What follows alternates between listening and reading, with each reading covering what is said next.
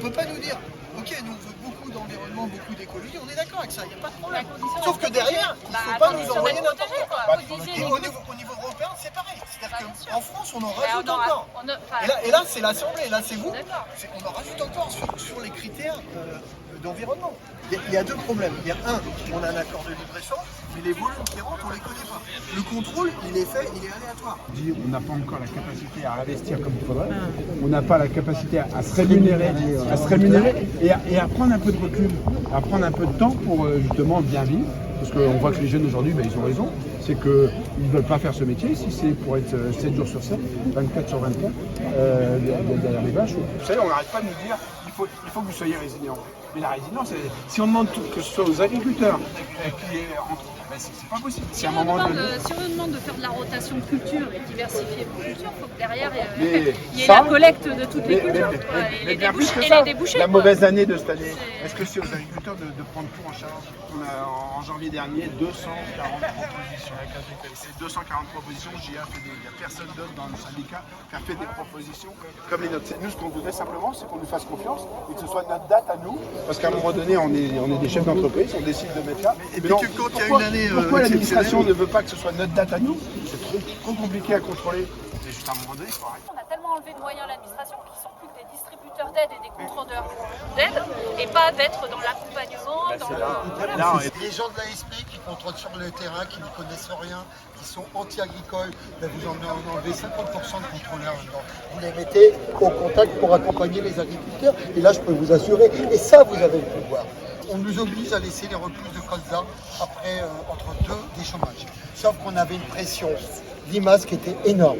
Et on sait très bien, nous qui avons les pieds sur la terre, dans la terre, que si on n'intervient pas régulièrement quand on a une pression si on limace, aller là, on est obligé de mettre si on ne met pas les œufs au contact du soleil, eh ben on va être envahi de limaces. Nous ici, on n'a pas attendu la dérogation. Deuxième chose, on a eu une grosse tempête qui a mis des lins qui étaient arrachés, qui étaient en bande, ça a fait des boules. Le seul moyen de se débarrasser de ces lins, c'est de le brûler. On a demandé une dérogation. Il a fallu qu'on demande une dérogation. On a attendu, on a eu la dérogation il y a à peine 8 jours. Nos citernes lisiers sont pleines à craquer, ça déborde.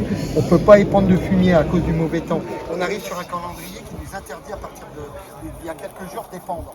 Et bien pareil, il faut demander une dérogation pour avoir justement un calendrier qui soit quelques jours supplémentaires pour épandre. Vous êtes mis en concurrence avec des agriculteurs qui, pour le coup, n'ont absolument pas toutes ces normes. Alors, ce qui serait sympa, c'est comme... Et que ce soit au niveau européen ou au niveau D'où la colère de Voilà. ce début d'année. En début d'année, on se disait, ça y est, on a été compris. Il va y avoir un changement, une prise de conscience générale. Rien du tout.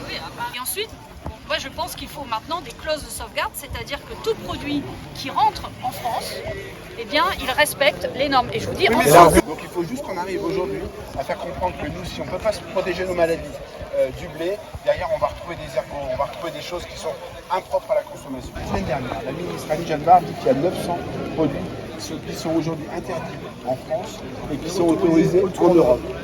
Là, on n'est plus du tout à armes égales. Et ça, le problème, c'est qu'on ne vous donne pas les moyens de la transition écologique. C'est-à-dire, on vous demande de faire de la transition écologique sans les moyens, sans protection, sans prix rémunérateur. On en a déjà fait une bonne partie, c'est ça qui est Mais vous l'avez fait, mais sans les moyens donnés. C'est-à-dire, c'est pour ça qu'on se retrouve depuis les rendements cette année sont...